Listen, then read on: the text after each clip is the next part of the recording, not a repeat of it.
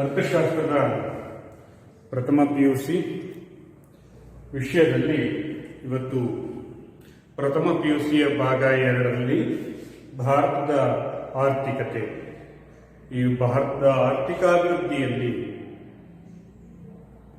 ಅದರಲ್ಲಿ 6ನೇ ಅಧ್ಯಾಯ ಗ್ರಾಮೀಣ ಅಭಿವೃದ್ಧಿ. ಅಧ್ಯಾಯ 6 ಗ್ರಾಮೀಣ ಅಭಿವೃದ್ಧಿ. ಪ್ರಥಮ ಪಿಯುಸಿ ವಿಷಯದಲ್ಲಿ ನಾವು 2 ಭಾಗಗಳನ್ನು ನೋಡ್ತೀವಿ. ಅರ್ಥಶಾಸ್ತ್ರದಲ್ಲಿ ಒಂದು ಭಾಗ ಅರ್ಥಶಾಸ್ತ್ರದಲ್ಲಿ ಸಂಖ್ಯಾಶಾಸ್ತ್ರ, ಮತ್ತೊಂದು ಭಾಗ ಅರ್ಥಶಾಸ್ತ್ರದಲ್ಲಿ ಭಾರತದ ಆರ್ಥಿಕ ಅಭಿವೃದ್ಧಿ. 2ನೇ ಭಾಗವಾಗಿರ್ತಕ್ಕಂಥದ್ದು ಭಾರತದ ಆರ್ಥಿಕ ಅಭಿವೃದ್ಧಿ. ಈ 2ನೇ ಭಾಗದಲ್ಲಿ ಬರ್ತಕ್ಕಂಥ ಪ್ರಮುಖ ಅಧ್ಯಾಯ 6ನೇ ಅಧ್ಯಾಯ ಗ್ರಾಮೀಣ ಅಭಿವೃದ್ಧಿ. ಈಗಾಗಲೇ ನಾವು ಕಳೆದ 2 ತರಗತಿಯಲ್ಲಿ ಮುಖ್ಯವಾಗಿ ಗ್ರಾಮೀಣಾಭಿವೃದ್ಧಿ ಅಂದ್ರೇನು ಮತ್ತು ಗ್ರಾಮೀಣಾಭಿವೃದ್ಧಿಯ ಮೂಲ ಸಂಗತಿಗಳು ಯಾವ್ಯಾವು ಅನ್ನೋದನ್ನು ತಿಳ್ಕೊಂಡಿದ್ದೀವಿ. ಹಾಗೆಯೇ ಗ್ರಾಮೀಣ ಸಾಲದ ಅವಶ್ಯಕತೆ ಯಾಕೆ ಬೇಕಾಗಿತ್ತು ಅನ್ನೋದನ್ನು ಸಹ ತಿಳ್ಕೊಂಡಿದ್ದೀವಿ. ಈಗ ಇವತ್ತಿನ ದಿನ ನಾವು ಗ್ರಾಮೀಣ ಸಾಲದ ಮೂಲಗಳು. ಗ್ರಾಮೀಣ ಸಾಲ ಮುಖ್ಯವಾಗಿ 2 ಉದ್ದೇಶಗಳಿಗಾಗಿ ಗ್ರಾಮೀಣ ಜನರಿಗೆ ಸಾಲವನ್ನು ನೀಡಬೇಕಾಗುತ್ತದೆ. ಒಂದು, ಕೃಷಿ ಉತ್ಪಾದಕತೆಯನ್ನು ಹೆಚ್ಚಿಸಬೇಕು ಅಥವಾ ಕೃಷಿ ಉತ್ಪಾದನೆಯನ್ನು ಹೆಚ್ಚಿಸಬೇಕು, ಮತ್ತು ಕೃಷಿಯಲ್ಲಿ ಗ್ರಾಮೀಣ ಭಾಗದಲ್ಲಿರ್ತಕ್ಕಂಥ ಬಡತನವನ್ನು ನಿವಾರಣೆಗೊಳಿಸಬೇಕು, ಹಾಗೆ ನಿರುದ್ಯೋಗವನ್ನು ಕಡಿಮೆ ಮಾಡಬೇಕು ಉದ್ದೇಶದಿಂದ ಕೃಷಿ ಉತ್ಪಾದನೆಯನ್ನು ಹೆಚ್ಚಿಸಬೇಕು. ಈ ಉದ್ದೇಶಕ್ಕಾಗಿ ಗ್ರಾಮೀಣ ಪ್ರದೇಶಗಳಿಗೆ ಸಾಲದ ಅವಶ್ಯಕತೆ ಕಂಡು ಬರ್ತಾ ಇದೆ. 2ನೇದಾಗಿರ್ತಕ್ಕಂಥದ್ದು, ಗ್ರಾಮೀಣ ಪ್ರದೇಶದಲ್ಲಿ ಧಾರ್ಮಿಕ ಆಚರಣೆಗಳಿಗಾಗಿ ನಾವು ಸಾಲದ ಸೌಲಭ್ಯವನ್ನು ಸಹ ಒದಗಿಸಿ ಕೊಡಬೇಕಾದಂತಹ ಅನಿವಾರ್ಯತೆಯನ್ನು ನಾವು ನೋಡ್ತಾ ಇದ್ದೀವಿ. ಹಾಗಾದ್ರೆ ಗ್ರಾಮೀಣ ಪ್ರದೇಶದಲ್ಲಿ ಕಂಡು ಬರ್ತಕ್ಕಂತಹ ಗ್ರಾಮೀಣ ಸಾಲದ ಮೂಲಗಳು ಯಾವ್ಯಾವು ಅನ್ನೋದನ್ನ ನಾವು ತಿಳ್ಕೊಳ್ಳೋಣ. ಗ್ರಾಮೀಣ ಸಾಲದ ಮೂಲಗಳಲ್ಲಿ ಪ್ರಮುಖವಾಗಿ 2 ಮೂಲಗಳಿದ್ದಾವೆ. ಒಂದು ಮೂಲ ಸಾಂಸ್ಥಿಕ ಮೂಲಗಳು,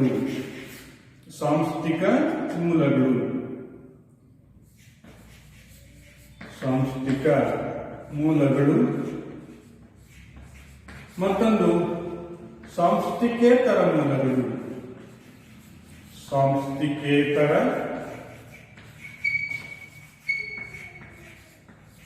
ಮೂಲಗಳು. ಸಾಂಸ್ಥಿಕ ಮೂಲಗಳು ಮತ್ತೊಂದು ಸಾಂಸ್ಥಿಕೇತರ ಮೂಲಗಳನ್ನ ನಾವು ನೋಡಬಹುದು. ಈಗ ಸಾಂಸ್ಥಿಕ ಮೂಲಗಳು ಅಂತ ಹೇಳಿದರೆ ಹಣಕಾಸು ಸಂಸ್ಥೆಗಳ ಮೂಲಕ, ಸ್ಥಾಪಿತ ಹಣಕಾಸು ಸಂಸ್ಥೆಗಳ ಮೂಲಕ ರೈತರಿಗೆ ಅಥವಾ ಗ್ರಾಮೀಣ ಪ್ರದೇಶದ ಜನರಿಗೆ ಸಾಲ ಸೌಲಭ್ಯಗಳನ್ನು ಒದಗಿಸುವುದನ್ನ ಸಾಂಸ್ಥಿಕ ಮೂಲಗಳು ಅಂತೇಳಿ ಕರಿತೀವಿ. ಹಾಗೆಯೇ 2ನೇದಾಗಿರ್ತಕ್ಕಂಥದ್ದು ಸಾಂಸ್ಥಿಕೇತರ ಮೂಲಗಳು. ಸಾಂಸ್ಥಿಕೇತರ ಮೂಲಗಳು ಅಂತ ಹೇಳಿದ್ರೆ ಇಲ್ಲಿ ಹಣಕಾಸು ಸಂಸ್ಥೆಗಳನ್ನು ಹೊರತುಪಡಿಸಿ ಕೃಷಿ ಮತ್ತು ಕೃಷಿಯೇತರ ಚಟುವಟಿಕೆಗಳಿಗೆ ಸಾಲ ನೀಡೋದನ್ನ ಸಾಂಸ್ಥಿಕೇತರ ಮೂಲಗಳು ಅಂತೇಳಿ ಕರಿತೀವಿ. ಈಗ ಅದರಲ್ಲಿ ಮೊದಲನೇದಾಗಿರ್ತಕ್ಕಂಥದ್ದು ಸಾಂಸ್ಥಿಕೇತರ ಮೂಲಗಳು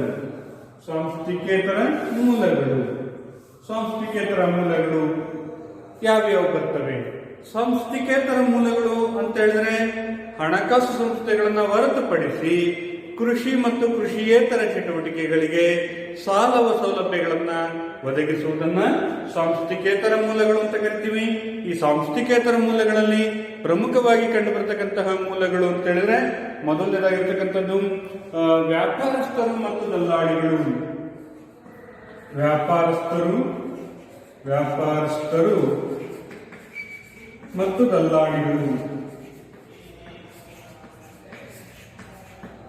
ವ್ಯಾಪಾರಸ್ಥರು ಮತ್ತು ದಲ್ಲಾಳಿಗಳನ್ನ ನಾವು ಸಾಂಸ್ಥಿಕೇತರ ಮೂಲಗಳಲ್ಲಿ ನೋಡಬಹುದು. ಇಲ್ಲಿ ವ್ಯಾಪಾರಸ್ಥರು ಅಂದ್ರೆ ಗ್ರಾಮೀಣ ಪ್ರದೇಶದಲ್ಲಿ ಕಂಡು ಬರ್ತಕ್ಕಂತಹ ಲೇವಾದೇವಿ ವ್ಯವಹಾರಗಳನ್ನ ಮಾಡ್ತಾ ಇರ್ತಕ್ಕಂತಹ ಪ್ರಮುಖರು ಇವರು ಕೃಷಿಗೆ ಸಾಲ ಸೌಲಭ್ಯಗಳನ್ನು ಒದಗಿಸುತ್ತಾರೆ. ಗ್ರಾಮೀಣ ಪ್ರದೇಶದಲ್ಲಿ ಕಂಡುಬರ್ತಕ್ಕಂತಹ ವ್ಯಾಪಾರಸ್ಥರು ಸರಕುಗಳನ್ನು ಕಡಿಮೆ ಬೆಲೆಯಲ್ಲಿ ರೈತರಿಂದ ಕಡಿಮೆ ಬೆಲೆಯಲ್ಲಿ ವಸ್ತುಗಳನ್ನು ಕೊಂಡು ಅವುಗಳನ್ನು ಮಾರುಕಟ್ಟೆಗೆ ಸಾಗಿಸ್ತಕ್ಕಂಥವ್ರು.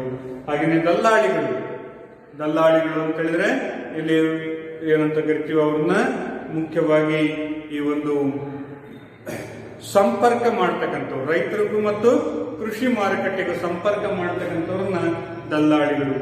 ಇವರು ಸಾಮಾನ್ಯವಾಗಿ ವ್ಯಾಪಾರಸ್ಥರೇ ದಲ್ಲಾಳಿಗಳಾಗಿರ್ತಕ್ಕಂಥವ್ರು. ಇವರು ಲೇವಾದೇವಿ ವ್ಯವಹಾರವನ್ನು ಸಹ ಕೈಗೊಳ್ತಾರೆ. ವ್ಯಾಪಾರಸ್ಥರು ಲೇವಾದೇವಿ ವ್ಯವಹಾರಗಳನ್ನು ಸಹ ಮಾಡ್ತಾ ಇರ್ತಾರೆ.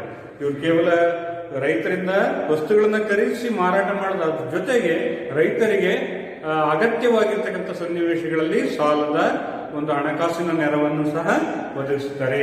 ಇವ್ರನ್ನ ವ್ಯಾಪಾರಸ್ಥರು ಅಂತೇಳಿ ನೋಡಬಹುದು. ಹಾಗೇನೆ ಎರಡನೇದಾಗಿರ್ತಕ್ಕಂಥದ್ದು ಭೂಮಾಲೀಕರು.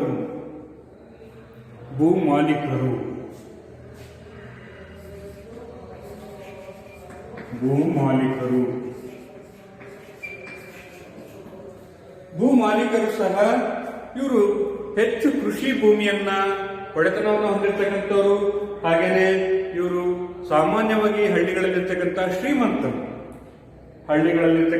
ಶ್ರೀಮಂತರು, ಉತ್ತಮ ಕುಟುಂಬ ಸ್ಥಿತಿಯನ್ನು ಕುಟುಂಬವನ್ನು ಹೊಂದಿರತಕ್ಕಂಥವ್ರು ಮತ್ತು ಹೆಚ್ಚು ಭೂಮಿಯನ್ನ, ಹೆಚ್ಚು ಸಂಪತ್ತನ್ನು ಹೊಂದಿರತಕ್ಕಂಥವ್ರನ್ನ ಭೂಮಾಲೀಕರು ಅಂತ ಕರಿತೀವಿ. ಇವರು ಸಹ ರೈತರಿಗೆ ಅಗತ್ಯ ಸನ್ನಿವೇಶಗಳಲ್ಲಿ ಸಾಲ ಸೌಲಭ್ಯಗಳನ್ನು ಒದಗಿಸುತ್ತಾರೆ. ಹಾಗೇನೆ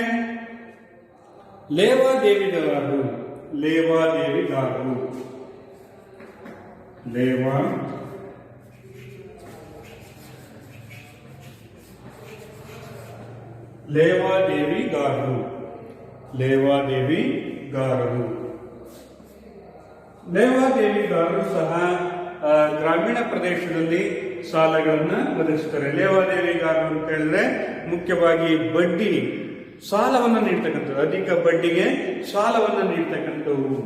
ಗ್ರಾಮೀಣ ಪ್ರದೇಶದಲ್ಲಿ ಲೇವಾದೇವಿಗಾರರು ಸಾಮಾನ್ಯವಾಗಿ ಹೆಚ್ಚಿನ ಬಡ್ಡಿಗಾಗಿ ಸಾಲದ ಒಂದು ಸೌಲಭ್ಯಗಳನ್ನ ರೈತರಿಗೆ ಒದಗಿಸುತ್ತಾರೆ. ಇವರನ್ನೆಲ್ಲರನ್ನು ನಾವು ಸಾಂಸ್ಥಿಕೇತರ ಮೂಲಗಳು ಅಂದ್ರೆ ಹಣಕಾಸಿನ ಸಂಸ್ಥೆಗಳನ್ನ ಹೊರತುಪಡಿಸಿ ಕೃಷಿ ಮತ್ತು ಕೃಷಿಯೇತರ ಚಟುವಟಿಕೆಗಳಿಗೆ ಸಾಲ ಸೌಲಭ್ಯಗಳನ್ನು ನೀಡತಕ್ಕಂತಹ ಪ್ರಮುಖ ಮೂಲಗಳು. ಈ ಮೂಲಗಳು ಅಂತ ಹೇಳಿದ್ರೆ ವ್ಯಾಪಾರಸ್ಥರು ಮತ್ತು ದಲ್ಲಾಳಿಗಳು, ಹಾಗೇನೆ ಭೂಮಾಲೀಕರು, ಹಾಗೇನೆ ಲೇವಾದೇವಿಗಾರರು. ಇವರು ಗ್ರಾಮೀಣ ಪ್ರದೇಶದಲ್ಲಿ ಸಾಲವನ್ನ ನೀಡ್ತಾ ಇರ್ತಾರೆ. ಈ ಲೇವಾದೇವಿಗಾರರು ಅಥವಾ ಸಾಂಸ್ಥಿಕೇತರ ಮೂಲಗಳಿಂದ ಕೃಷಿಗೆ ಸಾಕಷ್ಟು ಪ್ರಮಾಣದಲ್ಲಿ ಸಾಲವನ್ನು ಒದಗಿಸೋದಕ್ಕೆ ಸಾಧ್ಯ ಆಗಿಲ್ಲ. ಸಾಮಾನ್ಯವಾಗಿ 1969ಕ್ಕಿಂತ ಮೊದಲು ಈ ಮೂಲಗಳಿಂದ ಹೆಚ್ಚಾಗಿ ಸಾಲಗಳನ್ನ ಪಡಿತಾ ಇದ್ರು. ಯಾವಾಗ ಬ್ಯಾಂಕ್ಗಳು ರಾಷ್ಟ್ರೀಕರಣಗೊಂಡ ನಂತರ ಈ ಸಾಂಸ್ಥಿಕೇತರ ಮೂಲಗಳಿಂದ ಕೊಡ್ತಕ್ಕಂಥ ಸಾಲದ ಪ್ರಮಾಣ ಕಡಿಮೆ ಆಗ್ತಾ ಬಂತು. ಇಲ್ಲಿ ಮುಖ್ಯವಾಗಿ ಲೇವಾದೇವಿಗಾರರು ಇವರು ಅಧಿಕ ಬಡ್ಡಿಗಾಗಿ ಸಾಲವನ್ನು ಕೊಡ್ತಾರೆ. ಹಾಗೇನೆ ಭೂಮಾಲೀಕರು ಇವರು ಸಹ ಬೇಕಾದಂತಹ ರೈತರಿಗೆ, ಕೆಲವು ರೈತರಿಗೆ ಅಥವಾ ಇವರು ಸಹ ಅಧಿಕ ಬಡ್ಡಿಗೆ ಸಾಲವನ್ನು ಕೊಡ್ತಾರೆ. ಹಾಗೇನೆ ವ್ಯಾಪಾರಸ್ಥರ ಮುಖ್ಯ ಉದ್ದೇಶ ಏನು? ಕಡಿಮೆ ಬೆಲೆಗೆ ರೈತರು ಬೆಳೆದಂತಹ ವಸ್ತುಗಳನ್ನು ಖರೀದಿಸುವ ಉದ್ದೇಶದಿಂದ ಸಾಲವನ್ನು ಕೊಡ್ತಾರೆ. ಹಾಗಾಗಿ ಇಲ್ಲಿ ಈ ಸಾಂಸ್ಥಿಕೇತರ ಮೂಲಗಳಿಂದ ಪಡೆಯತಕ್ಕಂಥ ಸಾಲ ಹೆಚ್ಚು ದಬ್ಬಾಳಿಕೆಗೆ ಒಳಗಾಗ್ತದೆ ಮತ್ತು ಹೆಚ್ಚು ಅನಾನುಕೂಲಗಳಿಂದ ಕೂಡಿರುತ್ತದೆ. ಸಾಂಸ್ಥಿಕೇತರ ಮೂಲಗಳಿಂದ ಪಡೆದಂತಹ ಸಾಲಗಳು ಅನಾನುಕೂಲಗಳು.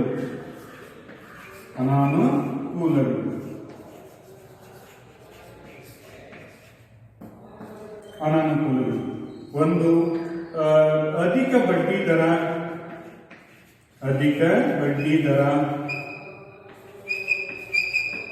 ಎರಡನೇದಾಗಿರ್ತಕ್ಕಂಥದ್ದು ಶೋಷಣೆಗೆ ಒಳಗಾಗ್ತಾರೆ. ಶೋಷಣೆಗೆ ಒಳಗಾಗ್ತಕ್ಕಂಥದ್ದು. ಹಾಗೇನೆ ಸರಿಯಾದ ಲೆಕ್ಕಪತ್ರಗಳಿರುವುದಿಲ್ಲ. ಸರಿಯಾದ ಲೆಕ್ಕಪತ್ರ ಪತ್ರ ಇಲ್ಲ. ಹಾಗೆಯೇ ಇವರು ಮುಖ್ಯವಾಗಿ ಕಡಿಮೆ ಬೆಲೆಗೆ ಕಡಿಮೆ ಬೆಲೆ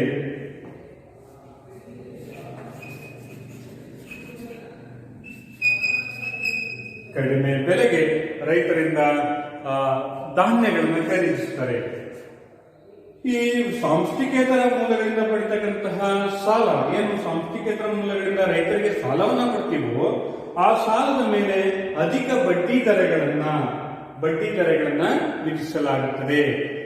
ಇದರಿಂದಾಗಿ ರೈತರಿಗೆ ಆ ಬಡ್ಡಿಯನ್ನ ಪಾವತಿಸೋದಕ್ಕೆ ಕಷ್ಟ ಆಗುತ್ತದೆ. ಹಾಗೆಯೇ ಸಾಲವನ್ನು ತೀರುವಳಿ ಮಾಡೋದಕ್ಕೂ ಸಹ ಕಷ್ಟ ಆಗುತ್ತದೆ.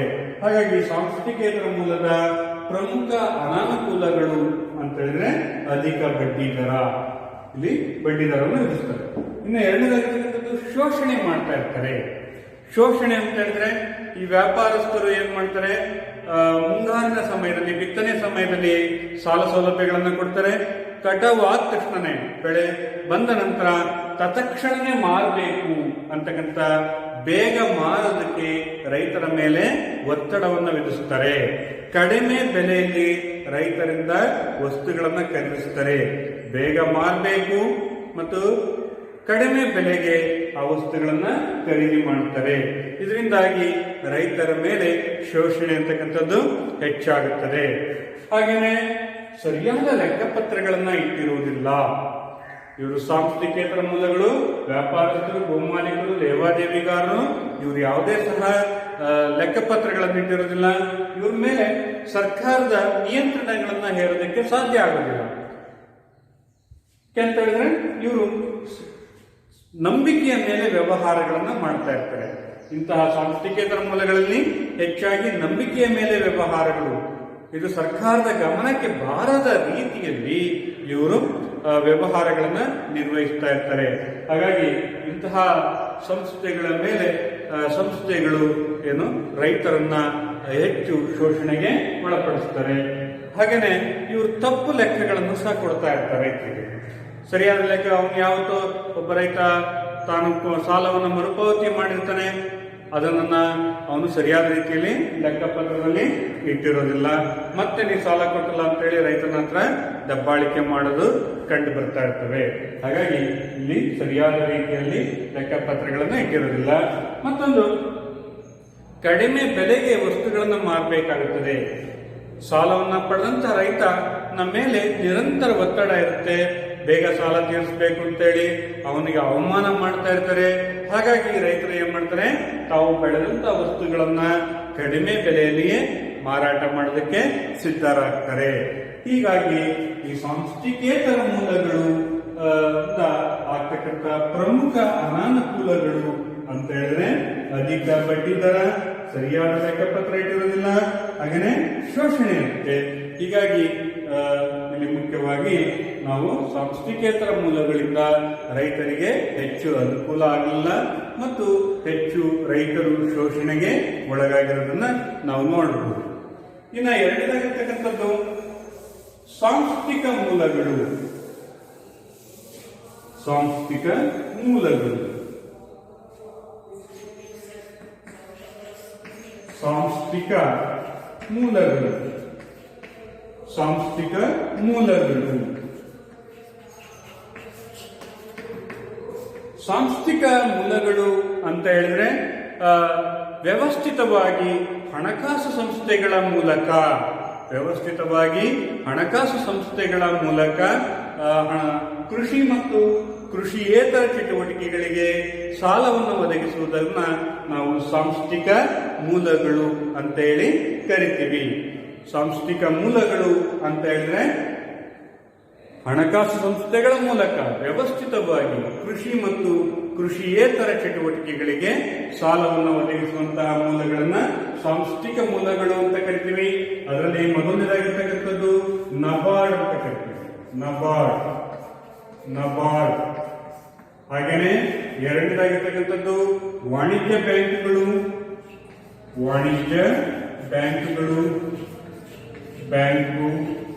ಹಾಗೇನೆ ಮೂರನೇದಾಗಿರ್ತಕ್ಕಂಥದ್ದು ವಾಣಿಜ್ಯ ಬ್ಯಾಂಕು, ಮತ್ತೊಂದು ಮೂರನೇದಾಗಿರ್ತಕ್ಕಂಥದ್ದು ಪ್ರಾದೇಶಿಕ ವಾಣಿಜ್ಯ ಬ್ಯಾಂಕ್ಗಳು. ಪ್ರಾದೇಶಿಕ ವಾಣಿಜ್ಯ ಬ್ಯಾಂಕ್ಗಳು. ಹಾಗೇನೆ ಸಹಕಾರಿ ಬ್ಯಾಂಕ್ಗಳು. ಅದೇ ರೀತಿ ಐದನೇದಾಗಿರ್ತಕ್ಕಂಥದ್ದು ಭೂ ಅಭಿವೃದ್ಧಿ ಬ್ಯಾಂಕ್ಗಳು.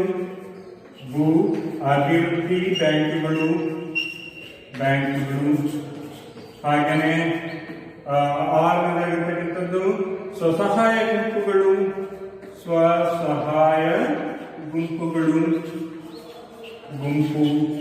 ಹಾಗೇನೆ ಏಳನೇದು ಕಿರು ಸಾಲ ಸೌಲಭ್ಯಗಳು. ಮೈಕ್ರೋ ಫೈನಾನ್ಸ್ ಅಂತ ಹೇಳಿ ಕರಿತೀವಿ. ಹೀಗೆ ಸಾಂಸ್ಥಿಕ ಮೂಲಗಳನ್ನ ನಾವು ನೋಡಬಹುದು. ಸಾಂಸ್ಥಿಕ ಮೂಲಗಳಲ್ಲಿ ಪ್ರಮುಖವಾಗಿ 7 ಮೂಲಗಳಿದ್ದಾವೆ. 1 ನಬಾರ್ಡ್, 2 ವಾಣಿಜ್ಯ ಬ್ಯಾಂಕ್ಗಳು, 3 ಪ್ರಾದೇಶಿಕ ವಾಣಿಜ್ಯ ಬ್ಯಾಂಕು, 4 ಸಹಕಾರಿ ಬ್ಯಾಂಕು, 5 ಭೂ ಅಭಿವೃದ್ಧಿ ಬ್ಯಾಂಕ್ಗಳು, ಹಾಗೆಯೇ 6 ಸ್ವಸಹಾಯ ಗುಂಪುಗಳು ಮತ್ತು ಕಿರು ಸಾಲ ಸೌಲಭ್ಯಗಳು. ಇವುಗಳೆಲ್ಲವೂ ಸಹ ಸಾಂಸ್ಥಿಕ ಮೂಲಗಳು. ಅದರಲ್ಲಿ ಮೊದಲನೇದಾಗಿರ್ತಕ್ಕಂಥದ್ದು ನಬಾರ್ಡ್, ಕೃಷಿ ಮತ್ತು ಗ್ರಾಮೀಣ ಮತ್ತು ಕೃಷಿ ಅಭಿವೃದ್ಧಿ ಬ್ಯಾಂಕ್ ಅಂತ ಕರಿತೀವಿ. ರಾಷ್ಟ್ರೀಯ ಕೃಷಿ ಮತ್ತು ಗ್ರಾಮೀಣಾಭಿವೃದ್ಧಿ ರಾಷ್ಟ್ರೀಯ ಬ್ಯಾಂಕ್ ಅಂತ ಹೇಳಿ ಕರಿತೀವಿ. ನಬಾರ್ಡ್ ಅಂತ ಹೇಳಿದ್ರೆ ರಾಷ್ಟ್ರೀಯ ಕೃಷಿ ಮತ್ತು ಗ್ರಾಮೀಣಾಭಿವೃದ್ಧಿ ಬ್ಯಾಂಕ್ಗಳು. ರಾಷ್ಟ್ರೀಯ ಕೃಷಿ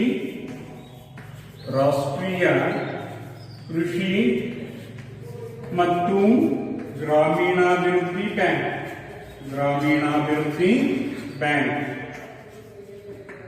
ಬ್ಯಾಂಕ್ ಅಂತ ಹೇಳಿ ಇದನ್ನ ನಾವು ನಬಾರ್ಡ್ ಅಂತ ಹೇಳಿ ಕರಿತೀವಿ. ಬ್ಯಾಂಕ್ ಈ ಸಂಸ್ಥೆಯನ್ನ 1982ರಲ್ಲಿ ಅಭಿವೃದ್ಧಿಪಡಿಸಲಾಯಿತು. ಇದನ್ನ ಅಸ್ತಿತ್ವಕ್ಕೆ ತರಲಾಯಿತು. ಆರ್ಬಿಐ ಬ್ಯಾಂಕ್ ಭಾರತದ ರಾಷ್ಟ್ರೀಯ ಬ್ಯಾಂಕ್ ಏನಿದೆ, ಕೇಂದ್ರ ಬ್ಯಾಂಕ್ ಏನಿದೆ, ಆ ಕೇಂದ್ರ ಬ್ಯಾಂಕಿನ ಒಂದು ಕೆಳಗಡೆ ಬರ್ತಕ್ಕಂತಹ ಕೇಂದ್ರ ಬ್ಯಾಂಕಿನ ಒಂದು ಪ್ರತ್ಯೇಕವಾಗಿರ್ತಕ್ಕಂಥ ವಿಭಾಗವನ್ನು ಹೊಂದಿರತಕ್ಕಂತಹ ಕೃಷಿ ಮತ್ತು ಗ್ರಾಮೀಣಾಭಿವೃದ್ಧಿಗಾಗಿಯೇ ಒಂದು ರಾಷ್ಟ್ರ ಮಟ್ಟದಲ್ಲಿ ರಾಷ್ಟ್ರೀಯ ಬ್ಯಾಂಕ್ ಅನ್ನ ಸ್ಥಾಪಿಸಲಾಗಿದೆ. ಇದು ಮುಖ್ಯವಾಗಿ ಎಲ್ಲ ಕೃಷಿಗೆ ಸಾಲ ನೀಡತಕ್ಕಂತಹ ಕೃಷಿ ಅಭಿವೃದ್ಧಿಗಾಗಿ ಮತ್ತು ಗ್ರಾಮೀಣಾಭಿವೃದ್ಧಿಗಾಗಿ ಹಣಕಾಸಿನ ಸಹಾಯವನ್ನು ಒದಗಿಸಲು ಇದು ಸಮನ್ವಯಕಾರನಾಗಿ ಕೆಲಸವನ್ನ ನಿರ್ವಹಿಸುತ್ತದೆ. ಎಲ್ಲ ಹಣಕಾಸು ಸಂಸ್ಥೆಗಳ ಚಟುವಟಿಕೆಗಳ ಮೇಲೆ ಸಮನ್ವಯಕಾರನಾಗಿ ನಿರ್ವಹಿಸತಕ್ಕಂತಹ ಒಂದು ಬ್ಯಾಂಕ್ ಆಗಿದೆ ಅಂತ ಹೇಳಿದ್ರೆ ವಾಣಿಜ್ಯ ಬ್ಯಾಂಕ್ಗಳು, ಪ್ರಾದೇಶಿಕ ಬ್ಯಾಂಕ್ಗಳು, ಸಹಕಾರಿ ಬ್ಯಾಂಕ್ಗಳು, ಭೂ ಅಭಿವೃದ್ಧಿ ಬ್ಯಾಂಕ್ ಇವೆಲ್ಲವೂ ಸಹ ಕೃಷಿಗೆ ಸಾಲವನ್ನು ನೀಡತಕ್ಕಂಥ ಬ್ಯಾಂಕ್. ಈ ಬ್ಯಾಂಕ್ಗಳ ಜೊತೆಗೆ ಇದು ನಬಾರ್ಡ್ ಅಂತಕ್ಕಂಥದ್ದು ಒಂದು ಸಮನ್ವಯಕಾರನಾಗಿ ಕೆಲಸವನ್ನ ನಿರ್ವಹಿಸುತ್ತದೆ ಮತ್ತು ಈ ಎಲ್ಲ ಬ್ಯಾಂಕ್ಗಳಿಗೂ ಸಹ ಹಣಕಾಸಿನ ಸಹಾಯವನ್ನ ಒದಗಿಸುವಂತಹ ಬ್ಯಾಂಕ್. ಇದು ಮುಖ್ಯವಾಗಿ ಈ ಬ್ಯಾಂಕ್ ಸ್ಥಾಪನೆ ಆದ ನಂತರ, ನಬಾರ್ಡ್ ಬ್ಯಾಂಕ್ ಸ್ಥಾಪನೆ ಆದ ನಂತರ ದೇಶದಲ್ಲಿ ಹಸಿರು ಕ್ರಾಂತಿಯ ಒಂದು ಹರಿಕಾರನಾಗಿ ಇದು ರೂಪುಗೊಂಡಿದೆ. ನಬಾರ್ಡ್ ಬ್ಯಾಂಕ್ ಅಂತಕ್ಕಂಥದ್ದು ಹಸಿರು ಕ್ರಾಂತಿಯ ಹರಿಕಾರನಾಗಿ ಅದು ರೂಪುಗೊಂಡಿರ್ತಕ್ಕಂಥದ್ದನ್ನ ನಾವು ನೋಡಬಹುದು. ಹಾಗೆಯೇ ಎರಡನೇದಾಗಿರ್ತಕ್ಕಂಥದ್ದು ವಾಣಿಜ್ಯ ಬ್ಯಾಂಕ್. ಕೃಷಿ ಮತ್ತು ವ್ಯಾಪಾರದ ಉದ್ದೇಶಕ್ಕಾಗಿ ಕೃಷಿ ಚಟುವಟಿಕೆಗಳನ್ನ ಕೈಗೊಳ್ಳೋದಕ್ಕೆ ಮತ್ತು ಕೃಷಿಯೇತರ ಚಟುವಟಿಕೆಗಳನ್ನ ಕೈಗೊಳ್ಳೋದಕ್ಕೆ ಮತ್ತು ಗ್ರಾಮೀಣ ಪ್ರದೇಶದಲ್ಲಿ ಸಣ್ಣ ವ್ಯಾಪಾರಗಳನ್ನ ಕೈಗೊಳ್ಳೋದಕ್ಕೆ, ಸಣ್ಣ ಕೈಗಾರಿಕೆಗಳನ್ನು ಸ್ಥಾಪನೆ ಮಾಡೋದಕ್ಕೆ ವಾಣಿಜ್ಯ ಬ್ಯಾಂಕ್ಗಳು ಹಣಕಾಸಿನ ಸಹಾಯವನ್ನ ಒದಗಿಸುತ್ತವೆ. ಕಡಿಮೆ ಬಡ್ಡಿ ದರದಲ್ಲಿ ಕೃಷಿ ಅಭಿವೃದ್ಧಿಗಾಗಿ ಸಾಲವನ್ನ ಒದಗಿಸುವಂತಹ ಬ್ಯಾಂಕ್ ಆಗಿರುತ್ತದೆ. ವಾಣಿಜ್ಯ ಬ್ಯಾಂಕ್ಗಳು ಅಂತ ಹೇಳಿದ್ರೆ ಮುಖ್ಯವಾಗಿ ನಾವು ಗಮನಿಸಬಹುದು, ಇವತ್ತು ಸ್ಟೇಟ್ ಬ್ಯಾಂಕ್ ಆಫ್ ಇಂಡಿಯಾ ಇದೆ, ಕೆನರಾ ಬ್ಯಾಂಕ್ಗಳಿದಾವೆ, ಹಾಗೆಯೇ ಯೂನಿಯನ್ ಬ್ಯಾಂಕ್ ಅಂತ ಇದೆ, ಹಾಗೆಯೇ ಇಂಡಿಯನ್ ಬ್ಯಾಂಕ್, ಇವೆಲ್ಲವೂ ಸಹ ವಾಣಿಜ್ಯ ಬ್ಯಾಂಕ್ಗಳು. ಈ ವಾಣಿಜ್ಯ ಬ್ಯಾಂಕ್ಗಳು ಸರ್ಕಾರದ ನಿಯಂತ್ರಣದಲ್ಲಿರ್ತಕ್ಕಂಥ ಬ್ಯಾಂಕ್ಗಳು. ಈ ವಾಣಿಜ್ಯ ಬ್ಯಾಂಕ್ಗಳು ಕೃಷಿಗಾಗಿ 1969 ನಂತರ, ಅಂದ್ರೆ ಬ್ಯಾಂಕ್ಗಳ ರಾಷ್ಟ್ರೀಕರಣಗೊಂಡ ನಂತರ ಕೃಷಿಗಾಗಿ ಅತಿ ಹೆಚ್ಚು ಸಾಲವನ್ನ ನೀಡತಕ್ಕಂತಹ ವಾಣಿಜ್ಯ ಬ್ಯಾಂಕ್ಗಳಾಗಿದ್ದಾವೆ.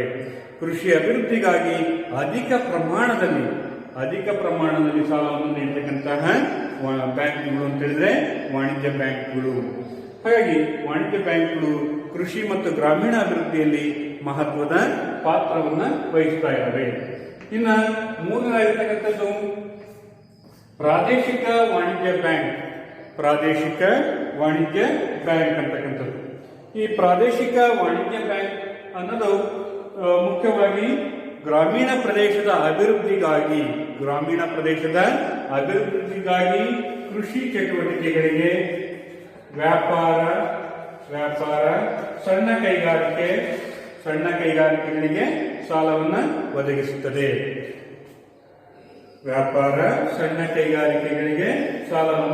ಒದಗಿಸತಕ್ಕಂತಹ ಬ್ಯಾಂಕ್ ಆಗಿದೆ.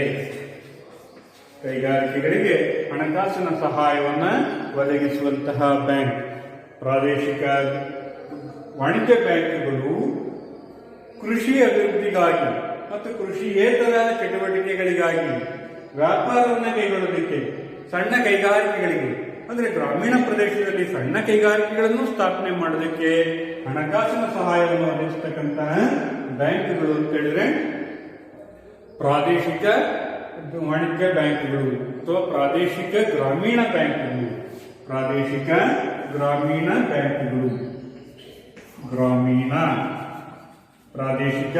ಗ್ರಾಮೀಣ ಬ್ಯಾಂಕ್.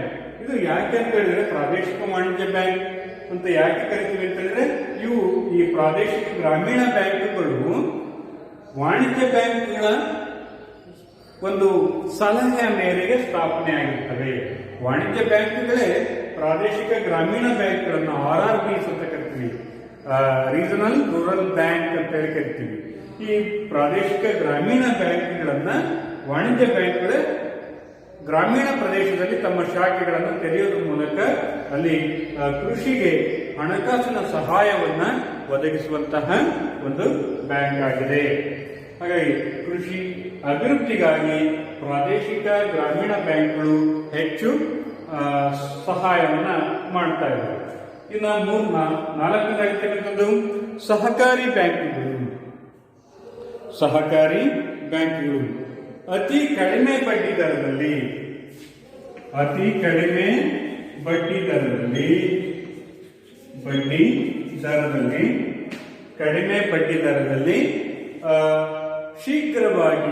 ಶೀಘ್ರವಾಗಿ ಸಾಲವನ್ನು ಒದಗಿಸುವಂತಹ ಬ್ಯಾಂಕ್ಗಳು. ಕಡಿಮೆ ದಾಖಲೆಗಳನ್ನ ಪಡೆದು ಅಥವಾ ಕೃಷಿ ಭೂಮಿಯನ್ನೇ ಆಧಾರವಾಗಿ ಪಡೆದು ಸಾಲವನ್ನು ನೀಡತಕ್ಕಂತಹ ಬ್ಯಾಂಕ್ ಅಂತ ಹೇಳಿದ್ರೆ ಸಹಕಾರಿ ಬ್ಯಾಂಕ್ಗಳು. ಈ ಸಹಕಾರಿ ಬ್ಯಾಂಕ್ಗಳು ವಿಧಿಸುವ ಬಡ್ಡಿಯ ದರಗಳು ಅತ್ಯಂತ ಕಡಿಮೆ ಇರುತ್ತದೆ. ಈ ಸಹಕಾರಿ ಬ್ಯಾಂಕ್ಗಳಲ್ಲಿ ಪ್ರಮುಖವಾಗಿ PACS ಬ್ಯಾಂಕ್ಗಳು, PACSBಗಳು, ಹಾಗೆಯೇ DCC ಬ್ಯಾಂಕ್, ಹಾಗೆಯೇ ಅಪೆಕ್ಸ್ ಬ್ಯಾಂಕ್. ಈ ಬ್ಯಾಂಕ್ಗಳು ಸಹಕಾರಿ ಬ್ಯಾಂಕ್ಗಳಾಗಿವೆ. ಗ್ರಾಮೀಣ ಪ್ರದೇಶದಲ್ಲಿ ಕೃಷಿ ಮತ್ತು ಕೃಷಿ ಪತ್ತಿನ ಸಹಕಾರಿ ಸಂಘಗಳನ್ನ ಗ್ರಾಮೀಣ ಪ್ರದೇಶದಲ್ಲಿ ನೋಡ್ತೀವಿ. ಹಾಗೆಯೇ ಜಿಲ್ಲಾ ಮಟ್ಟದಲ್ಲಿ ಜಿಲ್ಲಾ ಕೇಂದ್ರ ಸಹಕಾರಿ ಬ್ಯಾಂಕ್ಗಳನ್ನು ನೋಡ್ತೀವಿ. ರಾಜ್ಯ ಮಟ್ಟದಲ್ಲಿ ರಾಜ್ಯ ಸಹಕಾರಿ ಬ್ಯಾಂಕ್ ಅಥವಾ ಅಪೆಕ್ಸ್ ಬ್ಯಾಂಕ್ ಅಂತ ಹೇಳಿ ಕರಿತೀವಿ. ಈ ಬ್ಯಾಂಕ್ಗಳ ಮೂಲಕ ಕೃಷಿಗೆ ಕಡಿಮೆ ಬಡ್ಡಿ ದರದಲ್ಲಿ ಸಾಲವನ್ನ ನೀಡಲಾಗ್ತಾ ಇರ್ತದೆ. ಅಂದ್ರೆ ಇವುಗಳ ಮೇಲೆ ವಿಧಿಸುವಂತಹ ಬಡ್ಡಿಯ ದರಗಳು ಕಡಿಮೆ ಇರ್ತವೆ. ಗ್ರಾಮೀಣ ಪ್ರದೇಶದಲ್ಲಿ ಸಹಕಾರಿ ಬ್ಯಾಂಕ್ಗಳು ಯಾವುದಾಗಿರುತ್ತೆ? ಕೃಷಿ ಪತ್ತಿನ ಸಹಕಾರಿ ಬ್ಯಾಂಕ್, ಗ್ರಾಮೀಣ ಕೃಷಿ ಪತ್ತಿನ ಸಹಕಾರಿ ಬ್ಯಾಂಕ್ ಅಂತ ಕರಿತೀವಿ. ಇವುಗಳನ್ನ ಗ್ರಾಮೀಣ ಪ್ರದೇಶದಲ್ಲಿ ಸ್ಥಾಪನೆ ಆಗಿರ್ತಕ್ಕಂತಹ ಒಂದು ಸಹಕಾರಿ ಬ್ಯಾಂಕ್. ಹಾಗೇನೆ DCC ಬ್ಯಾಂಕ್ ಅಂತಕ್ಕಂಥದ್ದು ಈ ಬ್ಯಾಂಕು ಮುಖ್ಯವಾಗಿ ಜಿಲ್ಲಾ ಮಟ್ಟದಲ್ಲಿ ಕಂಡುಬರ್ತಕ್ಕಂಥ ಬ್ಯಾಂಕ್. ಜಿಲ್ಲೆಗೆ ಪ್ರತಿಯೊಂದು ಜಿಲ್ಲೆಯಲ್ಲಿಯೂ ಸಹ ಸಹಕಾರಿ ಬ್ಯಾಂಕ್ ಇರುತ್ತೆ. ಅದನ್ನ ಜಿಲ್ಲಾ ಕೇಂದ್ರ ಬ್ಯಾಂಕ್ ಅಂತೇಳಿ ಕರಿತೀವಿ. ಜಿಲ್ಲಾ ಕೇಂದ್ರ ಸಹಕಾರಿ ಬ್ಯಾಂಕ್ ಅಂತಕ್ಕಂಥ ಕರಿತೀವಿ. ಆ ಬ್ಯಾಂಕ್ಗಳು ಸಹ ಅಧಿಕ ಸಾಲ ಸೌಲಭ್ಯಗಳನ್ನ ಬೇಕು ಅಂತ ಹೇಳಿದ್ರೆ, ರೈತರಿಗೆ ಹೆಚ್ಚಿನ ಸಾಲ ಸೌಲಭ್ಯಗಳು ಅವಶ್ಯಕತೆ ಇದ್ರೆ ಆ ಬ್ಯಾಂಕ್ಗಳು ನೇರವಾಗಿ ರೈತರಿಗೆ ಹಣಕಾಸಿನ ಸಹಾಯವನ್ನ ಒದಗಿಸುತ್ತವೆ. ಇನ್ನು ರಾಜ್ಯ ಮಟ್ಟದಲ್ಲಿರ್ತಕ್ಕಂತಹ ಅಪೆಕ್ಸ್ ಬ್ಯಾಂಕ್ ಅಂತಕ್ಕಂಥದ್ದಿದೆ. ಇದು ರಾಜ್ಯ ಸಹಕಾರಿ ಬ್ಯಾಂಕ್ ಆಗಿದೆ. ರಾಜ್ಯ ಸಹಕಾರಿ ಬ್ಯಾಂಕ್ ಆಗಿದೆ. ಇದು ನೇರವಾಗಿ ರೈತರಿಗೆ ಸಾಲವನ್ನು ನೀಡೋದಿಲ್ಲ. ಇದು ನೇರವಾಗಿ ಡಿಸಿಸಿ ಬ್ಯಾಂಕ್ಗಳಿಗೆ ಮತ್ತು PSCS ಬ್ಯಾಂಕ್ಗಳಿಗೆ ಹಣಕಾಸಿನ ಸಾಲವನ್ನು ನೀಡುತ್ತದೆ. ಹಾಗೆಯೇ ಪಡೆದಂತ ಸಾಲವನ್ನ ಡಿಸಿಸಿ ಮತ್ತು PSCS ಬ್ಯಾಂಕ್ಗಳು ರೈತರಿಗೆ ಸಹಾಯವನ್ನ ಒದಗಿಸುತ್ತವೆ. ಅನಂತರ ಭೂ ಅಭಿವೃದ್ಧಿ ಬ್ಯಾಂಕ್. ಭೂ ಅಭಿವೃದ್ಧಿ ಬ್ಯಾಂಕ್ ಅಂತಕ್ಕಂಥದ್ದು ಸಹ ಕೃಷಿಗೆ ದೀರ್ಘಾವಧಿ ಸಾಲವನ್ನು ಒದಗಿಸುತ್ತದೆ. ದೀರ್ಘಾವಧಿ ಸಾಲವನ್ನು ಒದಗಿಸುತ್ತದೆ. ದೀರ್ಘಾವಧಿ ಸಾಲವನ್ನ ಕಡಿಮೆ ಬಡ್ಡಿ ದರದಲ್ಲಿ ಸಾಲವನ್ನು ಒದಗಿಸುತ್ತದೆ. ಕಡಿಮೆ ಬಡ್ಡಿ ದರದಲ್ಲಿ ಸಾಲವನ್ನು ಒದಗಿಸುವಂತಹ ಬ್ಯಾಂಕ್ ಆಗಿದೆ. ಭೂ ಅಭಿವೃದ್ಧಿ ಬ್ಯಾಂಕ್ ಅಂತ ಹೇಳಿದ್ರೆ ಕೃಷಿ ಅಭಿವೃದ್ಧಿಗಾಗಿ, ಕೃಷಿ ಭೂಮಿಯ ಅಭಿವೃದ್ಧಿಗಾಗಿ ಸಾಲವನ್ನ ಒದಗಿಸುವಂತಹ ಬ್ಯಾಂಕ್ ಆಗಿದೆ. ಇದು ಕೃಷಿ ಅಭಿವೃದ್ಧಿ ಅಂತ ಹೇಳಿದ್ರೆ ಕೃಷಿ ಭೂಮಿಯ ಫಲವತ್ತತೆಯನ್ನು ಹೆಚ್ಚಿಸೋದು, ಹಾಗೆಯೇ ಕೃಷಿ ಭೂಮಿಯ ಮಟ್ಟವನ್ನು ಕೈಗೊಳ್ಳತಕ್ಕಂಥ ಉದ್ದೇಶದಿಂದ, ಹಾಗೆಯೇ ಯಂತ್ರೋಪಕರಣಗಳನ್ನ ಖರೀದಿಸಿದ್ರೆ ಕೃಷಿಗೆ ಬೇಕಾಗಿರ್ತಕ್ಕಂತಹ ಯಂತ್ರೋಪಕರಣಗಳನ್ನ ಖರೀದಿಸುವ ಉದ್ದೇಶದಿಂದ ಹಣಕಾಸಿನ ಸಹಾಯವನ್ನು ಒದಗಿಸುತ್ತದೆ. ಹಾಗೆಯೇ ಕೃಷಿಗೆ ನೀರಾವರಿಯನ್ನ ಕೈಗೊಳ್ಳೋದಕ್ಕೆ, ಹಾಗೆಯೇ ತೋಟಗಾರಿಕೆಗಳನ್ನ ಬೆಳೆಯೋದಕ್ಕೆ ಈ ಭೂ ಅಭಿವೃದ್ಧಿ ಬ್ಯಾಂಕ್ಗಳು ಹಣಕಾಸಿನ ಸಹಾಯವನ್ನ ಒದಗಿಸುತ್ತವೆ. ಅಂದ್ರೆ ದೀರ್ಘಾವಧಿ ಉದ್ದೇಶಗಳಿಗಾಗಿ ಈ ಬ್ಯಾಂಕ್ಗಳು ಸಹಕಾರಿ ಮಟ್ಟದಲ್ಲಿ ಸ್ಥಾಪನೆಯಾಗಿರ್ತಕ್ಕಂತಹ ಬ್ಯಾಂಕ್ಗಳಾಗಿದ್ದಾವೆ. ಸಹಕಾರಿ ಬ್ಯಾಂಕ್ಗಳು ಅಲ್ಪಾವಧಿ ಉದ್ದೇಶಗಳಿಗೆ ಸಾಲವನ್ನು ಒದಗಿಸಿದರೆ, ಭೂ ಅಭಿವೃದ್ಧಿ ಬ್ಯಾಂಕ್ಗಳು ದೀರ್ಘಾವಧಿ ಉದ್ದೇಶಗಳಿಗಾಗಿ ಕೃಷಿ ಅಭಿವೃದ್ಧಿಗಾಗಿ ಸಾಲವನ್ನು ಒದಗಿಸುವಂತಹ ಬ್ಯಾಂಕ್. ಇವುಗಳನ್ನ ಮುಖ್ಯವಾಗಿ PLD ಬ್ಯಾಂಕ್ ಅಂತ ಕರಿತೀವಿ. ತಾಲೂಕು ಮಟ್ಟದಲ್ಲಿರ್ತಕ್ಕಂಥ PLD ಬ್ಯಾಂಕ್ಗಳು, PLD ಬ್ಯಾಂಕ್ ಅಂತ ಕರಿತೀವಿ. PLDB. ಹಾಗೆಯೇ ರಾಜ್ಯ ಮಟ್ಟದಲ್ಲಿರ್ತಕ್ಕಂತಹ ಭೂ ಅಭಿವೃದ್ಧಿ ಬ್ಯಾಂಕ್, ರಾಜ್ಯ ಮಟ್ಟದಲ್ಲಿರ್ತಕ್ಕಂತಹ ಭೂ ಅಭಿವೃದ್ಧಿ ಬ್ಯಾಂಕ್ LDB ಅಂತ ಕರಿತೀವಿ. LDB land development cooperative bank ಅಂತೇಳಿ. PLD ಅಂತ ಹೇಳಿದ್ರೆ ಪ್ರೈಮರಿ ಲ್ಯಾಂಡ್ ಡೆವಲಪ್ಮೆಂಟ್ ಬ್ಯಾಂಕ್ ಅಂದ್ರೆ ಪ್ರಾಥಮಿಕ ಭೂ ಅಭಿವೃದ್ಧಿ ಸಹಕಾರಿ ಬ್ಯಾಂಕ್ ಅಂತ ಹೇಳಿ ಕರಿತೀವಿ. ಹಾಗೆಯೇ ರಾಜ್ಯ ಮಟ್ಟದಲ್ಲಿರ್ತಕ್ಕಂತಹ ಬ್ಯಾಂಕ್, ಈ ಬ್ಯಾಂಕ್ ಅನ್ನ ನಾವು ಭೂ ಅಭಿವೃದ್ಧಿ ಸಹಕಾರಿ ಬ್ಯಾಂಕ್ ಅಂತ ಕರಿತೀವಿ. ಭೂ ಅಭಿವೃದ್ಧಿ ಸಹಕಾರಿ ಬ್ಯಾಂಕ್. ಈ ಬ್ಯಾಂಕ್ಗಳು ಸಹ ಎಂತ ಬ್ಯಾಂಕ್ಗಳಾಗಿದ್ದಾವೆ? ಸಹಕಾರಿ ಬ್ಯಾಂಕ್ಗಳಾಗಿದ್ದಾವೆ. ಭೂ ಅಭಿವೃದ್ಧಿ ಬ್ಯಾಂಕ್ಗಳು ಸಹ ಎಂತ ಬ್ಯಾಂಕ್ಗಳು? ಸಹಕಾರಿ ಬ್ಯಾಂಕ್ಗಳು. ಈ ಸಹಕಾರಿ ಬ್ಯಾಂಕ್ಗಳಲ್ಲಿ, ಭೂ ಅಭಿವೃದ್ಧಿ ಬ್ಯಾಂಕ್ಗಳಲ್ಲಿ ಎರಡು ವಿಧ. ಒಂದು ಪ್ರಾಥಮಿಕ ಭೂ ಅಭಿವೃದ್ಧಿ ಬ್ಯಾಂಕ್ಗಳು.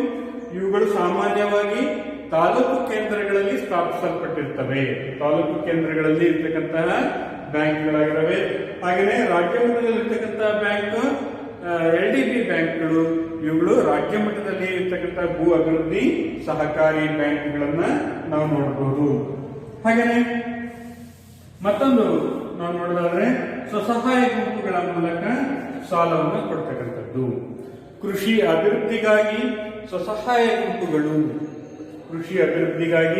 ಸ್ವಸಹಾಯ ಗುಂಪುಗಳ ಮೂಲಕ ಸಾಲ ಸೌಲಭ್ಯಗಳನ್ನ ಒದಗಿಸಲಾಗುತ್ತದೆ. ಸ್ವಸಹಾಯ ಗುಂಪುಗಳು ಅಂತ ಹೇಳಿದ್ರೆ ಸಮಾನ ಮನಸ್ಕರನ್ನ ಹೊಂದಿರತಕ್ಕಂತಹ 10ರಿಂದ 20 ಜನ ಒಟ್ಟುಗೂಡಿ ಒಟ್ಟುಗೂಡಿ ಇರ್ತಕ್ಕಂಥ ಒಂದು ಗುಂಪನ್ನ ನಾವು ಸ್ವಸಹಾಯ ಗುಂಪುಗಳು ಅಂತೇಳಿ ಕರಿತೀವಿ. ಸ್ವಸಹಾಯ ಗುಂಪುಗಳಲ್ಲಿ ಏನಾಗಿರ್ತದೆ, ಸಮಾನ ಮನಸ್ಕರನ್ನು ಹೊಂದಿರತಕ್ಕಂಥ 10ರಿಂದ 20 ಜನರನ್ನ ಹೊಂದಿರತಕ್ಕಂತಹ ಜನರ ಒಂದು ಆರ್ಥಿಕ ಸಹಾಯವನ್ನು ಪಡೆಯೋದಕ್ಕೆ ರಚಿಸಿಕೊಂಡಿರ್ತಕ್ಕಂತಹ ಗುಂಪನ್ನ ಸ್ವಸಹಾಯ ಗುಂಪುಗಳು ಅಂತೇಳಿ ಕರಿತೀವಿ. ಈ ಗುಂಪುಗಳು ಗ್ರಾಮೀಣ ಪ್ರದೇಶದಲ್ಲಿ ಸ್ಥಾಪಿಸಲಾಗಿದೆ. ಇಲ್ಲಿ ಪ್ರತಿಯೊಬ್ಬ ಸದಸ್ಯರು ಸಹ ಕನಿಷ್ಠ ವಂತಿಕೆಯನ್ನು ನೀಡಬೇಕಾಗುತ್ತದೆ. ಉಳಿತಾಯವನ್ನ ಪ್ರೋತ್ಸಾಹಿಸುವ ಉದ್ದೇಶದಿಂದ ಪ್ರತಿಯೊಬ್ಬ ವ್ಯಕ್ತಿಯೂ ಸಹ ಕನಿಷ್ಠ ವಂತಿಕೆಯನ್ನು ಪಾವತಿಸಬೇಕು. ಪ್ರತಿ ತಿಂಗಳು ಆತ ಪಾವತಿಸಬೇಕು. ಹೀಗೆ ಎಲ್ಲ 10 ಜನ ಅಥವಾ 20 ಜನ ಜನರು ಸಹ ತಮ್ಮ ವಂತಿಕೆಯನ್ನು ಒಟ್ಟುಗೂಡಿಸಿದಾಗ ಯಾವುದಾದ್ರೂ ಒಬ್ಬ ಸದಸ್ಯನಿಗೆ ಆ ಹಣವನ್ನು ಏನ್ ಮಾಡ್ತಾರೆ, ಗುಂಪಿನ ಸದಸ್ಯನಿಗೆ ಸಾಲವಾಗಿ ನೀಡ್ತಾರೆ.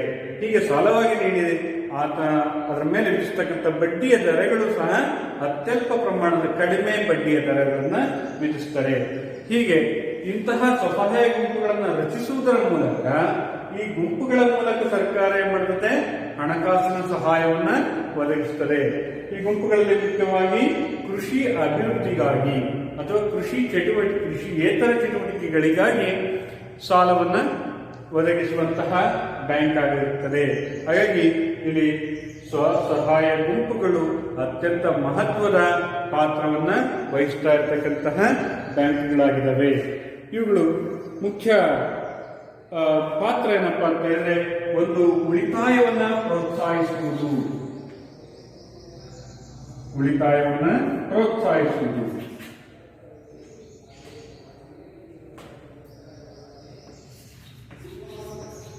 ಉಳಿತಾಯ ಪ್ರೋತ್ಸಾಹಿಸುವುದು ಅಂದ್ರೆ ಗುಂಪಿನ ಸದಸ್ಯರ ನಡುವೆ ಕನಿಷ್ಠ ವಂತಿಕೆಯನ್ನ ಪಡೆಯುವುದರ ಮೂಲಕ ಅಲ್ಲಿ ಉಳಿತಾಯವನ್ನು ಪ್ರೋತ್ಸಾಹಿಸುವುದು. ಎಲ್ಲ ಸದಸ್ಯರು ಸಹ ಉಳಿತಾಯವನ್ನು ಕೈಗೊಳ್ಳತಕ್ಕಂಥದ್ದು. ಪ್ರತಿ ತಿಂಗಳು ಒಂದು 10 ಜನ ಇದ್ದಾರೆ ಅಂತ ಹೇಳಿದ್ರೆ ಪ್ರತಿಯೊಬ್ಬರು ಸಹ ಒಂದೊಂದು ತಿಂಗಳು 100 ರೂಪಾಯಿಯನ್ನ ಹಣವನ್ನು ಉಳಿತಾಯ ಮಾಡಬೇಕು. ಹೀಗೆ ಉಳಿತಾಯ ಮಾಡಿರ್ತಕ್ಕಂಥ 1,000 ರೂಪಾಯಿ ಆಗುತ್ತೆ. ಈ 1,000 ರೂಪಾಯಿ ಹಣವನ್ನು ಏನ್ ಮಾಡ್ತಾರೆ, ಯಾವುದಾದ್ರೂ ಒಬ್ಬ ವ್ಯಕ್ತಿಗೆ ಸಾಲವಾಗಿ ನೀಡ್ತಾರೆ. ಆ ಗುಂಪಿನ ಸದಸ್ಯನಲ್ಲಿ ಯಾರಿಗೆ ಕಷ್ಟ ಇರುತ್ತೋ ಅವರಿಗೆ ಸಾಲವನ್ನು ನೀಡ್ತಾರೆ. ಹೀಗೆ ಸಾಲ ನೀಡಬೇಕಾದ್ರೆ ಸರ್ಕಾರ ಸಹ ಅದಕ್ಕೆ ಏನ್ ಮಾಡುತ್ತೆ, ಒಂದಿಷ್ಟು ಹಣವನ್ನ ನೆರವನ್ನು ಒದಗಿಸಿಕೊಡ್ತದೆ. ಅಂದ್ರೆ ಆ ಗುಂಪಿಗೆ ಸರ್ಕಾರ, ಈ ವಾಣಿಜ್ಯ ಬ್ಯಾಂಕ್ಗಳು, ಸಹಕಾರಿ ಬ್ಯಾಂಕ್ಗಳು ಇವೆಲ್ಲವೂ ಸಹ ಸ್ವಸಹಾಯ ಗುಂಪುಗಳಿಗೆ ಹಣಕಾಸಿನ ಸಹಾಯವನ್ನ ಮಾಡ್ತವೆ. ಹೀಗೆ ಈ ಒಂದು ಸಾಂಸ್ಥಿಕ ಮೂಲಗಳಿಂದ ಪಡೆದಂತಹ ಸಾಲಗಳು ಮತ್ತು ಗುಂಪಿನ ಸದಸ್ಯರು ಸೇರಿ ಉಳಿತಾಯ ಮಾಡಿರ್ತಕ್ಕಂಥ ಹಣದಿಂದ ಇಲ್ಲೇನಾಗುತ್ತೆ, ಗುಂಪಿನ ಸದಸ್ಯರಿಗೆ ಸಾಲದ ನೀಡಲಾಗುತ್ತದೆ. ಆ ಮೂಲಕ ಇಲ್ಲಿ ಉಳಿತಾಯವನ್ನ ಕೈಗೊಳ್ತಕ್ಕಂಥದ್ದು. ಹಾಗೇನೆ ಎರಡನೇದಾಗಿರ್ತಕ್ಕಂಥದ್ದು ಕಡಿಮೆ ಬಡ್ಡಿ ದರಗಳನ್ನು ವಿಧಿಸಲಾಗುತ್ತದೆ. ಬಡ್ಡಿ ದರ, ಕಡಿಮೆ ಬಡ್ಡಿಯನ್ನ ವಿಧಿಸಲಾಗುತ್ತದೆ. ಸ್ವಸಹಾಯ ಗುಂಪುಗಳ ಮೇಲೆ ಅಲ್ಲಿ ಸಾಲ ನೀಡತಕ್ಕಂಥ ಸಂದರ್ಭದಲ್ಲಿ ಕಡಿಮೆ ಬಡ್ಡಿಯನ್ನ ವಿಧಿಸಲಾಗುತ್ತದೆ. ಹಾಗಾಗಿ ಸ್ವಸಹಾಯ ಗುಂಪುಗಳಿಂದ ಪಡೆದಂತ ಸಾಲ ಯಾವತ್ತೂ ಸಹ ಹೆಚ್ಚು ಹೊರೆ ಆಗುವುದಿಲ್ಲ. ಇಲ್ಲಿ ರೈತರ ಶೋಷಣೆ ಅಥವಾ ದಬ್ಬಾಳಿಕೆಗೆ ಒಳಗಾಗುವುದಿಲ್ಲ.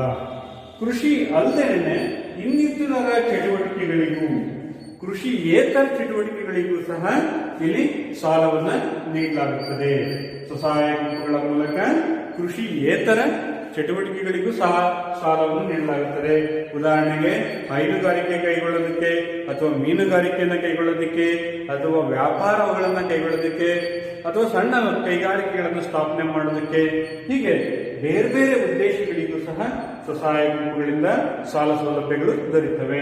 ಹಾಗಾಗಿ ವೈವಿಧ್ಯಮಯವಾಗಿರ್ತಕ್ಕಂಥ ಸಾಲಗಳನ್ನ ಸ್ವಸಹಾಯ ಗುಂಪುಗಳು ನೀಡ್ತಾ ಇರ್ತವೆ.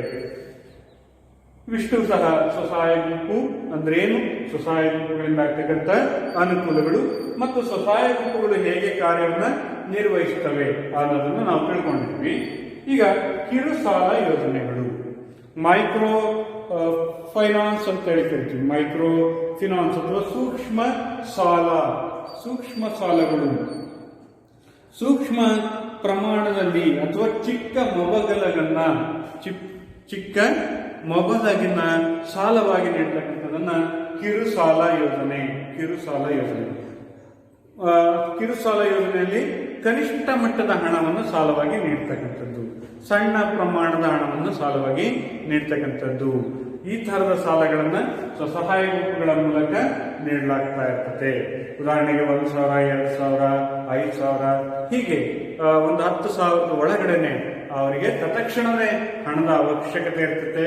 ಅಂತಹ ಸಾಲವನ್ನ ಸ್ವಸಹಾಯ ಗುಂಪುಗಳ ಮೂಲಕ ನೀಡಿದರೆ ಅಂತ ಸಾಲವನ್ನು ಅಂತ ಕರಿತೀವಿ ಕಿರು ಸಾಲ ಯೋಜನೆ ಅಂತ ಕರಿತೀವಿ. ಹೀಗೆ ಈ ಎಲ್ಲಾ ಮೂಲಗಳಿಂದ ಭಾರತದಲ್ಲಿ ಕೃಷಿ ಅಭಿವೃದ್ಧಿಗಾಗಿ ಹಣಕಾಸಿನ ನೆರವನ್ನ ಒದಗಿಸಲಾಗ್ತಾ ಇದೆ. ಹಾಗಾಗಿ ಒಟ್ಟಾರೆ ಕೃಷಿ ಅಭಿವೃದ್ಧಿಗಾಗಿ ಕೈಗೊಂಡಂತಹ ಪ್ರಮುಖ ಸಾಂಸ್ಥಿಕ ಮೂಲಗಳು ನಬಾರ್ಡ್ ಅತ್ಯಂತ ಮಹತ್ವದ ಪಾತ್ರವನ್ನು ವಹಿಸ್ತಾ ಇದೆ. ರಾಷ್ಟ್ರ ಮಟ್ಟದಲ್ಲಿರ್ತಕ್ಕಂಥ ಇದೊಂದು ರಾಷ್ಟ್ರೀಯ ಕೃಷಿ ಮತ್ತು ಗ್ರಾಮೀಣಾಭಿವೃದ್ಧಿ ಬ್ಯಾಂಕ್ ಅಂತ ಕರಿತೀವಿ. ಈ ಬ್ಯಾಂಕ್ 1982 ಸ್ಥಾಪನೆ ಆಯಿತು. ಈ ಬ್ಯಾಂಕ್ ಅಂತಕ್ಕಂಥದ್ದು, ನಬಾರ್ಡ್ ಅಂತಕ್ಕಂಥದ್ದು ಒಂದು ಸಮನ್ವಯಗಾರನಾಗಿ ಕೆಲಸವನ್ನು ನಿರ್ವಹಿಸುತ್ತದೆ ಅಂತ ಹೇಳಿದ್ರೆ ವಾಣಿಜ್ಯ ಬ್ಯಾಂಕ್ಗಳು, ಪ್ರಾದೇಶಿಕ ಬ್ಯಾಂಕ್ಗಳು, ಸಹಕಾರಿ ಬ್ಯಾಂಕ್ಗಳು ಇವುಗಳಿಗೆಲ್ಲಕ್ಕೂ ಸಹ ಹಣಕಾಸಿನ ನೆರವನ್ನು ಒದಗಿಸಿಕೊಡುವುದರ ಮೂಲಕ ಇವುಗಳ ಮೇಲೆ ನಿಗಾವನ್ನ ನಿರ್ವಹಿಸ್ತಾ ಇರ್ತಕ್ಕಂಥದ್ದು ನಬಾರ್ಡ್ ಬ್ಯಾಂಕ್ ಆಗಿರುತ್ತದೆ. ಹಾಗಾಗಿ ಸಮನ್ವಯಕಾರನಾಗಿ ಕೆಲಸವನ್ನು ನಿರ್ವಹಿಸ್ತಾ ಇದೆ. ಹಾಗಾದ್ರೆ ಈ ಎಲ್ಲ ಮೂಲಗಳಿಂದ ಅಧಿಕ ಪ್ರಮಾಣದಲ್ಲಿ ಸಾಲವನ್ನು ಒದಗಿಸ್ತಾ ಇದ್ರು ಸಹ ಈ ಸಾಂಸ್ಥಿಕ ಮೂಲಗಳಿಂದ ಆಗ್ತಕ್ಕಂಥ ಅನುಕೂಲಗಳು ಏನಿದಾವೆ ಅನ್ನೋದು ನೋಡೋಣ. ಅನುಕೂಲಗಳು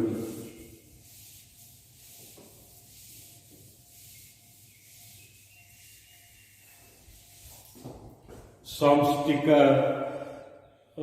ಗ್ರಾಮೀಣ ಬ್ಯಾಂಕಿಂಗ್ ವ್ಯವಸ್ಥೆಯ ಒಂದು ವಿಮರ್ಶೆ. ಇಲ್ಲಿ ಗ್ರಾಮೀಣ ಬ್ಯಾಂಕಿಂಗ್ ವ್ಯವಸ್ಥೆಯ ಅನುಕೂಲಗಳು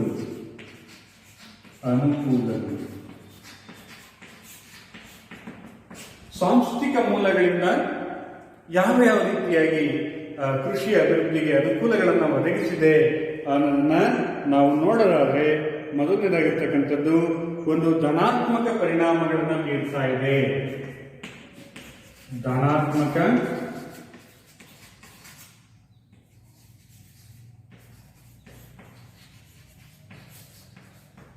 ಪರಿಣಾಮಗಳನ್ನ ಬೀರ್ತಾ ಇದೆ. ಧನಾತ್ಮಕ ಪರಿಣಾಮಗಳು ಅಂತ ಹೇಳಿದ್ರೆ ಒಟ್ಟಾರೆ ಈ ಒಂದು ಸ್ವಾತಂತ್ರ್ಯದ ನಂತರದಲ್ಲಿ ಕೃಷಿ ಅಭಿವೃದ್ಧಿಗಾಗಿ ಅಧಿಕ ಪ್ರಮಾಣದಲ್ಲಿ ಸಾಲ ಸೌಲಭ್ಯಗಳನ್ನು ಒದಗಿಸಲಾಗ್ತಾ ಇದೆ ಮತ್ತು ವ್ಯವಸ್ಥಿತವಾಗಿ ಒದಗಿಸಲಾಗ್ತಾ ಇದೆ.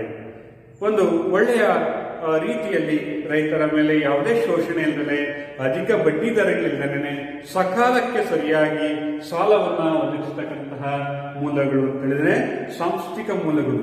ಅಂದ್ರೆ ಯಾವುದೇ ರೀತಿಯಾಗಿರ್ತಕ್ಕಂತಹ ಈ ಒಂದು ಒತ್ತಡದ ತಂತ್ರಗಳನ್ನು ಅನುಸರಿಸದೇ ನೇರವಾಗಿ ರೈತರಿಗೆ ಹಣಕಾಸಿನ ನೆರವನ್ನ ಒದಗಿಸಲಾಗ್ತಾ ಇದೆ. ಹಾಗಾಗಿ ಈ ಸಾಂಸ್ಥಿಕ ಮೂಲಗಳು ಧನಾತ್ಮಕ ಪರಿಣಾಮಗಳನ್ನ ಬೀರ್ತಾ ಇದೆ, ಕೃಷಿ ಅಭಿವೃದ್ಧಿಯಲ್ಲಿ ಮಹತ್ವದ ಪಾತ್ರವನ್ನ ವಹಿಸ್ತಾ ಇದ್ದಾವೆ. ಹಾಗೇನೆ ಎರಡನೇದಾಗಿರ್ತಕ್ಕಂಥದ್ದು ಹೆಚ್ಚಿನ ಜನರಿಗೆ ಆಹಾರದ ಭದ್ರತೆ ಒದಗಿಸಲಾಗಿದೆ. ಆಹಾರದ ಭದ್ರತೆ ಹೆಚ್ಚಾಗಿದೆ.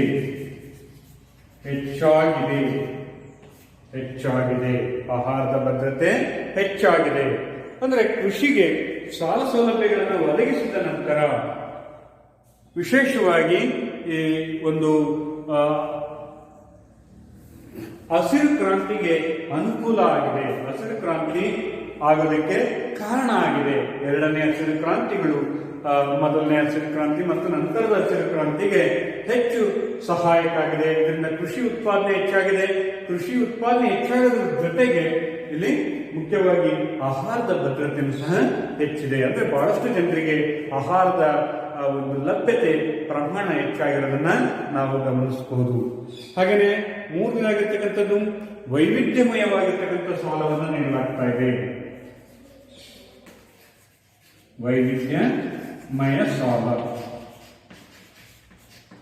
ವೈವಿಧ್ಯಮಯವಾಗಿರ್ತಕ್ಕಂತಹ ಸಾಲಗಳು.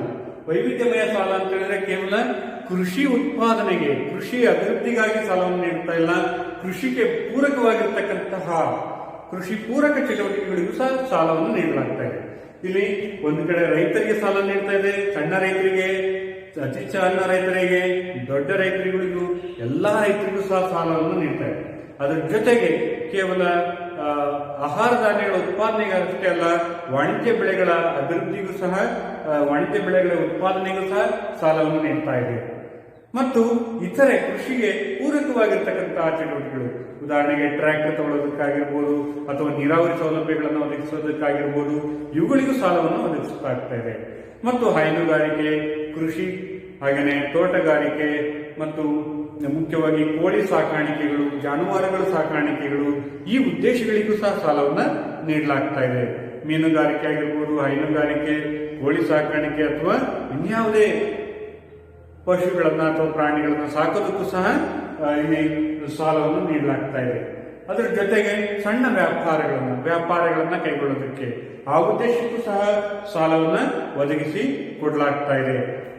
ಅದ್ರ ಜೊತೆಗೆ ಸಣ್ಣ ಕೈಗಾರಿಕೆಗಳು, ಗ್ರಾಮೀಣ ಪ್ರದೇಶದಲ್ಲಿರ್ತಕ್ಕಂತಹ ಸಣ್ಣ ಕೈಗಾರಿಕೆಗಳಿಗೂ ಸಹ ಸಾಲವನ್ನು ಒದಗಿಸಿಕೊಡೋದ್ರಿಂದ ಈ ಸಾಂಸ್ಥಿಕ ಮೂಲಗಳಿಂದ ವೈವಿಧ್ಯಮಯವಾಗಿರ್ತಕ್ಕಂತಹ ಸಾಲಗಳನ್ನ ಕೃಷಿ ಅಭಿವೃದ್ಧಿಗಾಗಿ ಸಾಲವನ್ನು ನೀಡಲಾಗ್ತಾ ಇದೆ.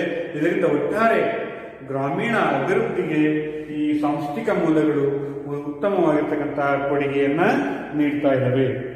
ಆದರೆ ಇದರಿಂದ ಆಗ್ತಕ್ಕಂತಹ ಪ್ರಮುಖ ಅನಾನುಕೂಲಗಳು ಏನು, ಅನಾನುಕೂಲಗಳು ಸಂಭವಿಸಿದವೆ ಅಂತ ಹೇಳಿದ್ರೆ, ಸಾಂಸ್ಥಿಕ ಮೂಲಗಳಿಂದ ಆಗಿರುವಂತಹ ಅನಾನುಕೂಲಗಳು.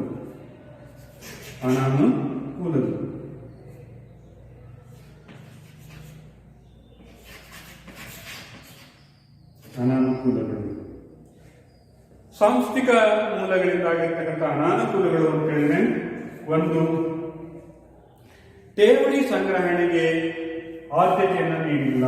ಠೇವಣಿ ಸಂಗ್ರಹಣೆಗೆ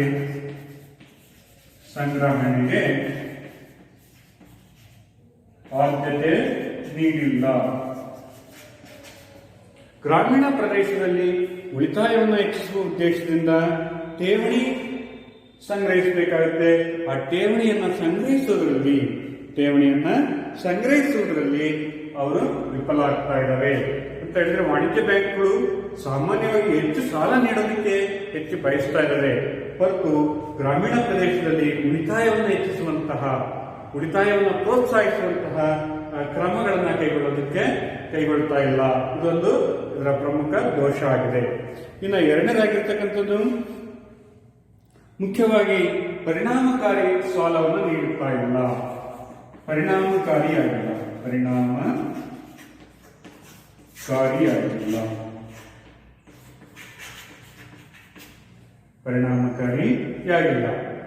ಸಾಂಸ್ಥಿಕ ಮೂಲಗಳಿಂದ ನೀಡತಕ್ಕಂಥ ಸಾಲಗಳು ಹೆಚ್ಚು ಪರಿಣಾಮಕಾರಿಯಾಗಿಲ್ಲ ಅಂತ ಹೇಳಿದ್ರೆ,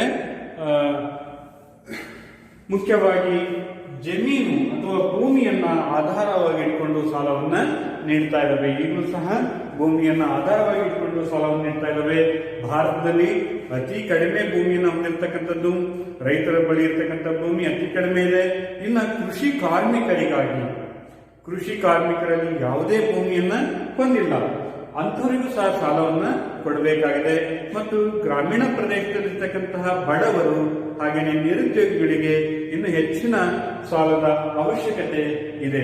ಹಾಗಾಗಿ ಈ ಸಾಂಸ್ಥಿಕ ಮೂಲಗಳು ಆ ಒಂದು ಕ್ಷೇತ್ರದಲ್ಲಿ ಪರಿಣಾಮಕಾರಿಯಾಗಿರ್ತಕ್ಕಂಥ ಸಾಲವನ್ನ ನೀಡಬೇಕಾಗುತ್ತದೆ. ಹಾಗೆಯೇ ಸಾಲದ ಮೇಲಿನ ವಿಧಿಸತಕ್ಕಂಥ ಬಡ್ಡಿ ದರಗಳು, ಪ್ರವಾಹ ಅಥವಾ ಬರಗಾಲದ ಸಂದರ್ಭದಲ್ಲಿ ಆ ಬಡ್ಡಿ ದರಗಳನ್ನ ಕಡಿಮೆ ಮಾಡಬೇಕಾಗುತ್ತದೆ ಮತ್ತು ಸಾಲವನ್ನ ವಸೂಲಾತಿಯನ್ನು ಮುಂದೂಡಬೇಕಾಗುತ್ತದೆ. ಇಂತಹ ಒಂದು ನೈಸರ್ಗಿಕ ವಿಕೋಪಗಳ ಸನ್ನಿವೇಶದ ಸಂದರ್ಭದಲ್ಲಿ ಬ್ಯಾಂಕ್ಗಳು ಒಂದು ಸ್ವಲ್ಪ ಕಾರ್ಯಕ್ರಮಗಳನ್ನು ಹಮ್ಮಿಕೊಳ್ಳಬೇಕಾಗುತ್ತದೆ. ಹಾಗಾಗಿ ಆ ಕ್ಷೇತ್ರದಲ್ಲಿ ಒಂದು ಪರಿಣಾಮಕಾರಿಯಾಗಿರ್ತಕ್ಕಂಥ ಕೆಲಸವನ್ನ ನಿರ್ವಹಿಸಬೇಕಾಗುತ್ತದೆ. ಹೀಗೆ ಒಟ್ಟಾರೆ ಈ ಒಂದು ಗ್ರಾಮೀಣ ಸಾಲದ ಮೂಲಗಳಲ್ಲಿ ಪ್ರಮುಖವಾಗಿ ಎರಡು ಮೂಲಗಳನ್ನು ನಾವು ವಿಶ್ಲೇಷಣೆ ಮಾಡಿದ್ವಿ. ಒಂದು ಸಾಂಸ್ಥಿಕ ಮೂಲಗಳು, ಮತ್ತೊಂದು ಸಾಂಸ್ಥಿಕೇತರ ಮೂಲಗಳು. ಸಾಂಸ್ಥಿಕೇತರ ಮೂಲಗಳಲ್ಲಿ ಲೇವಾದೇವಿ ವ್ಯಾಪಾರದಾರರು, ಹಾಗೇನೆ ದಲ್ಲಾಳಿಗಳು, ಹಾಗೇನೆ ಭೂಮಾಲೀಕರು, ನೆಂಟರು ಇವರೆಲ್ಲರೂ ಸಹ ಸಾಂಸ್ಥಿಕೇತರ ಮೂಲಗಳಲ್ಲಿ ಕಂಡು ಬರ್ತಕ್ಕಂಥವ್ರು. ಅಲ್ಲಿ ಸಾಂಸ್ಥಿಕೇತರ ಮೂಲಗಳಲ್ಲಿ ಹೆಚ್ಚಾಗಿ ರೈತರ ಮೇಲೆ ಶೋಷಣೆ ಆಗ್ತಾ ಇತ್ತು, ಹಾಗೆಯೇ ಅಧಿಕ ಬಡ್ಡಿ ದರಗಳನ್ನು ವಿಧಿಸಲಾಗ್ತಾ ಇತ್ತು. ಇದು ಸಾಂಸ್ಥಿಕೇತರ ಮೂಲಗಳಲ್ಲಿ ಕಂಡು ಬರ್ತಕ್ಕಂಥ ಪ್ರಮುಖ ದೋಷಗಳಾಗಿತ್ತು. ಆದರೆ ಸಾಂಸ್ಥಿಕ ಮೂಲಗಳಲ್ಲಿ ಮುಖ್ಯವಾಗಿ ಹಣಕಾಸು ಸಂಸ್ಥೆಗಳ ಮೂಲಕ ಸಾಲವನ್ನು ಒದಗಿಸತಕ್ಕಂಥದ್ದು, ಅದರಲ್ಲಿ ನಬಾರ್ಡ್, ಹಾಗೆಯೇ ವಾಣಿಜ್ಯ ಬ್ಯಾಂಕ್ಗಳು, ಪ್ರಾದೇಶಿಕ ಗ್ರಾಮೀಣ ಬ್ಯಾಂಕ್ಗಳು, ಸಹಕಾರಿ ಬ್ಯಾಂಕ್ಗಳು, ಸ್ವಸಹಾಯ ಗುಂಪುಗಳು ಇವೆಲ್ಲವೂ ಸಹ ಸಾಂಸ್ಥಿಕ ಮೂಲಗಳಾಗಿವೆ. ಈ ಮೂಲಗಳಿಂದ ಕಡಿಮೆ ಬಡ್ಡಿ ದರದಲ್ಲಿ ಅಲ್ಪಾವಧಿ ಮತ್ತು ದೀರ್ಘಾವಧಿ ಉದ್ದೇಶಗಳಿಗೆ ಸಾಲವನ್ನು ನೀಡ್ತಾ ಇದ್ದಾರೆ. ಹಾಗಾಗಿ ಇದರಿಂದ ಆಗ್ತಕ್ಕಂಥ ಅನುಕೂಲಗಳು ಅಂತ ಹೇಳಿದ್ರೆ ಧನಾತ್ಮಕ ಪರಿಣಾಮ ಆಗಿದೆ ಅಂತ ಹೇಳಿದ್ರೆ ಶೋಷಣೆ ತಪ್ಪೋಗಿದೆ, ಕಡಿಮೆ ಬಡ್ಡಿ ದರಗಳನ್ನು ವಿಧಿಸಲಾಗ್ತಾ ಇದೆ, ಹಾಗೆಯೇ ಅಲ್ಪಾವಧಿ ಮತ್ತು ದೀರ್ಘಾವಧಿ ಉದ್ದೇಶಗಳಿಗಾಗಿ ಸಾಲವನ್ನು ಕೊಡಲಾಗ್ತಾ ಇದೆ. ಈ ಎಲ್ಲ ಉದ್ದೇಶದಿಂದಾಗಿ ಕೃಷಿ ಉತ್ಪಾದನೆಯ ಪ್ರಮಾಣ ಹೆಚ್ಚಾಗಿದೆ. ಇನ್ನು ಎರಡನೇದು ಆಹಾರದ ಭದ್ರತೆ ಹೆಚ್ಚಾಗ್ತಾ ಇದೆ. ಸಾಂಸ್ಥಿಕ ಮೂಲಗಳಿಂದ ಸಾಲವನ್ನು ಒದಗಿಸಿದ ನಂತರ ಅಧಿಕ ಪ್ರಮಾಣದಲ್ಲಿ ಆಹಾರ ಧಾನ್ಯಗಳ ಉತ್ಪಾದನೆಯಾಗಿ ದೇಶದ ಎಲ್ಲ ಜನರಿಗೂ ಸಹ ಆಹಾರದ ಭದ್ರತೆ ಲಭ್ಯ ಆಗ್ತಾ ಇದೆ. ಹಾಗೆಯೇ ವೈವಿಧ್ಯಮಯವಾಗಿರ್ತಕ್ಕಂತಹ ಸಾಲ ಸೌಲಭ್ಯಗಳು ಸಹ ದೊರೀತಾ ಇದ್ದಾವೆ. ವೈವಿಧ್ಯಮಯವಾಗಿರ್ತಕ್ಕಂಥ ಸಾಲ ಸೌಲಭ್ಯಗಳು ಅಂತ ಹೇಳಿದ್ರೆ ಕೃಷಿಯೇತರ ಚಟುವಟಿಕೆಗಳು ಮತ್ತು ಕೃಷಿ ಸಂಬಂಧಿ ಚಟುವಟಿಕೆಗಳಿಗೂ ಸಹ ಸಾಲಗಳನ್ನು ಕೊಡ್ತಾ ಇದ್ದಾರೆ. ಹಾಗಾಗಿ ಇದು ವೈವಿಧ್ಯಮಯವಾಗಿರ್ತಕ್ಕಂತಹ ಚಟುವಟಿಕೆಗಳು ಆಗಿದ್ದಾವೆ. ಇನ್ನು ಇದರಿಂದ ಆಗ್ತಕ್ಕಂಥ ಅನಾನುಕೂಲಗಳು ಅಂತ ಹೇಳಿದ್ರೆ ಠೇವಣಿ ಸಂಗ್ರಹಣೆಗೆ ಆದ್ಯತೆ ನೀಡಬೇಕು, ಮತ್ತೊಂದು ಪರಿಣಾಮಕಾರಿಯಾಗಿ ಸಾಲವನ್ನು ಒದಗಿಸಬೇಕು. ಇವಿಷ್ಟು ಸಾಂಸ್ಥಿಕ ಮತ್ತು ಸಾಂಸ್ಥಿಕೇತರ ಮೂಲಗಳು. ನಾವು ಗ್ರಾಮೀಣ ಸಾಲದ ಅವಶ್ಯಕತೆ, ಯಾಕೆ ಗ್ರಾಮೀಣ ಪ್ರದೇಶಗಳಿಗೆ ಸಾಲ ಕೊಡಬೇಕು ಮತ್ತು ಗ್ರಾಮೀಣ ಸಾಲದ ಮೂಲಗಳನ್ನು ನಾವು ಈ ದಿನ ತಿಳ್ಕೊಂಡಿದ್ದೀವಿ. ನೆಕ್ಸ್ಟ್ ಮುಂದಿನ ತರಗತಿಯಲ್ಲಿ ಕೃಷಿ ಮಾರುಕಟ್ಟೆ ದೋಷಗಳು ಮತ್ತು ಕೃಷಿ ಮಾರುಕಟ್ಟೆಯನ್ನು ಸುಧಾರಿಸಲು ಸರ್ಕಾರ ಕೈಗೊಂಡಂತಹ ಕ್ರಮಗಳು ಯಾವುದು ಅನ್ನೋದನ್ನ ಮುಂದಿನ ತರಗತಿಯಲ್ಲಿ ನೋಡೋಣ. ಧನ್ಯವಾದ.